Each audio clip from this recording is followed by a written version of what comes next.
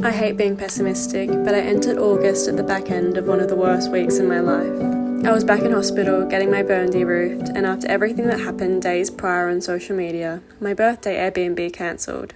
I was still getting threats despite clarifying that I did not make any of the comments, and my lawyers posed the idea of taking everything to the press. And then, of course, the band-aid was ripped off and I was back on my ex-boyfriend's sobriety journey.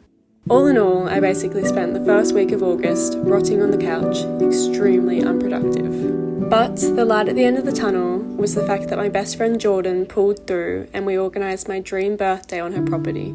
It was intimate and it was beautiful. It reminded me just how much female friendship can fill your cup, and for the first time in what feels like forever, I didn't cry on my birthday.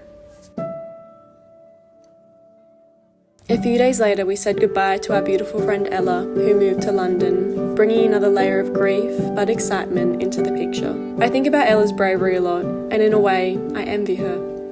I've always dreamt of moving to somewhere in Italy or even Paris, but fear has kept me complacent. Mum and I returned to pottery, and although I was incredibly hard on myself, it felt so nice to nurture my creative side. In the moments in between, of course, I missed having someone comforting me. I was grieving someone who was still alive, and more importantly, the life I could have had. It had been a year since Europe, and thinking about everything that happened on that trip slowly pulled me back into an anxious state. In all honesty, it was a really hard mental health month. I headed down to Sydney to have a meeting with my incredible agency, planning so many exciting things for the next year. But arriving back home made me realise just how unstable my nervous system was. I couldn't stop crying, and I felt this constant fear to leave the house. In Sydney, I knew I was safe, and the people that hurt me here wouldn't be able to reach me there. My anxiety was progressively getting worse, and fear was slowly dictating my life. I felt as though the future was pulling me forward, trying to free me from the environment I was only just surviving in. But the stronger the pull, the tighter I gripped. The internal battle was ripping me in half, and overall, I was just so tired.